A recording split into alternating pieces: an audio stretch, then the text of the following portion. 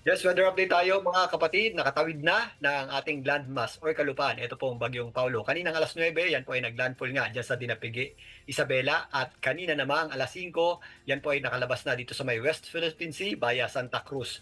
Dyan po sa may Ilocos Sur. Ito po ang bagyong Paulo ay bahagyang humina after tumawid sa ating landmass at sa ngayon ay nasa severe tropical storm category na may taglay na lakas na hangin na lamang na umaabot sa 110 kilometers per hour at kung minsan may mga pagbugsong umabot sa 165 kilometers per hour.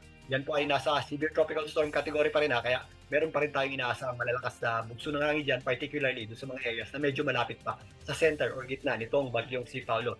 Ito pong bagyong Paulo ay patuloy na kumikilos sa bilis na 35 kilometers per hour pa-west-northwestward at palayo na nga sa ating kalupaan o landmass at may kabilisan po yung 35 kilometers per hour. At maaaring bukas, yan po ay makalabas na ng ating Philippine Area of Responsibility. Para naman sa pag-ulan, although nasa West Philippine Sea na, may mga epekto pa rin po ang panglabas sa kaulapan at direct effect pa rin itong bagyong Paulo sa ating bansa. Asahan pa rin po natin ang mga hanggang torrential o yung halos walang humpay na pag-ulan. Dito po sa mga areas na Zambales, Bataan, kasama po dyan ang Pangasinan at maging dito sa area ng Benguet at La Union. Meron pa rin tayong mga malalakas na pag-ulan sa areas ng Ilocos Sur, Mountain Province, Ifugao at Nueva Vizcaya, samantalang mga katamtaman at kuminsan malalakas na pag-ulan pa rin ang ating aasahan dahil sako pa rin po ng mga kaulapan ng Bagyong Paulo ang malaking bahagi ng Northern Luzon, kasama po dyan ang Ilocos Norte, Apayao, Abra, Kalinga, Cagayan at Isabela, maging dito sa area ng Extreme Northern Luzon, kasama na rin po dyan ang Quirino, Aurora, Nueva Ecija at Tarlac. Ang natitirang bahagi naman ng Central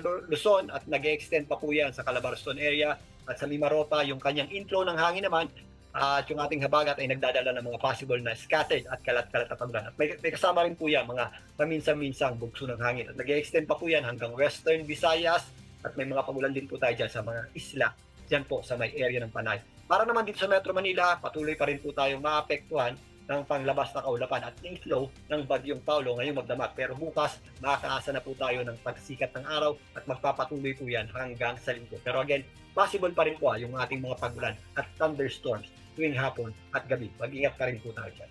Diyan muna latest sa ating lagay ng panahon. Muli ako po ang inyong weather frontliner, Alvin Tura, na lagay ng panahon para sa iyo. Mga kapatid, Julius Babaw po. Para sa komprehensibo at makabuluhang balitaan at talakayan, mag-follow at mag-subscribe na sa social media pages ng News 5.